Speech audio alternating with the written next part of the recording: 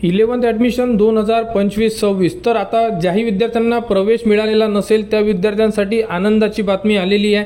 तर साईडवर last round याबद्दलचा टाइम टेबल उपलब्ध करून दिलेला आहे। तर त्यामध्ये आपण संपूर्ण अपडेट बघणार आहे की विद्यार्थी फॉर्म कधी भरू शकणार, त्यानंतर निकाल कधी लागणार आणि यामध्ये कोणकोणते विद्यार्थी इलिजिबल असेल। तर तुम्ही ॲडमिशन शेड्यूलमध्ये जर आले तर बघू शकता टॉप पोझिशनला तुम्हाला काय दिलेलं आहे, लास्ट राऊंड ॲडमिशन शेड्यूल। म्हणजे हा राऊंड आता शेवटचा असणार आहे, कारण की नियर अबाउट जवळपास ज्या संपूर्ण जागा आहे ह्या फुल झालेल्या आहे आणि आता यामध्ये जेवढेही जागा शिल्लक असेल त्यामध्ये विद्यार्थी अप्लाय करू शकतात।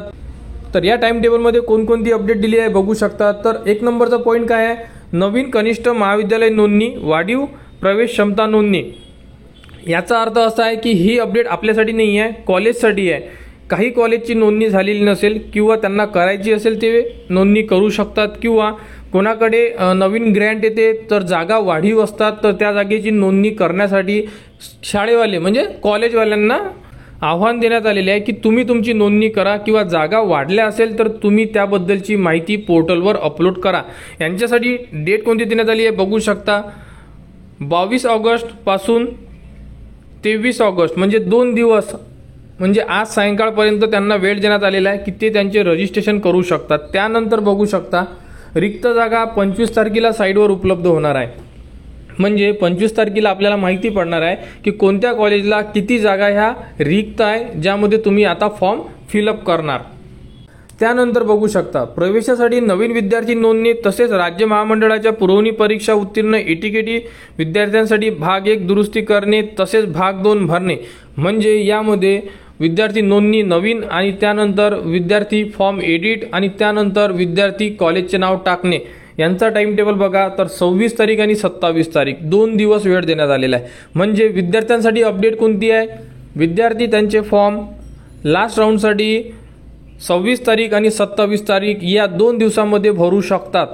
फॉर्म भरायचा कसा या संदर्भात संपूर्ण अपडेटेड व्हिडिओ तुम्हाला आपल्या चॅनलवर देण्यात येणार आणि त्यानंतर 29 ऑगस्टला सकाळी 8 वाजता विद्यार्थ्यांना कोणते कॉलेज मिळालेले आहे हे माहिती पडणार आहे, ते सुद्धा साईडवर उपलब्ध होणार। त्याबद्दलची अपडेट तुम्हाला आपल्या चॅनलवर देण्यात येणार।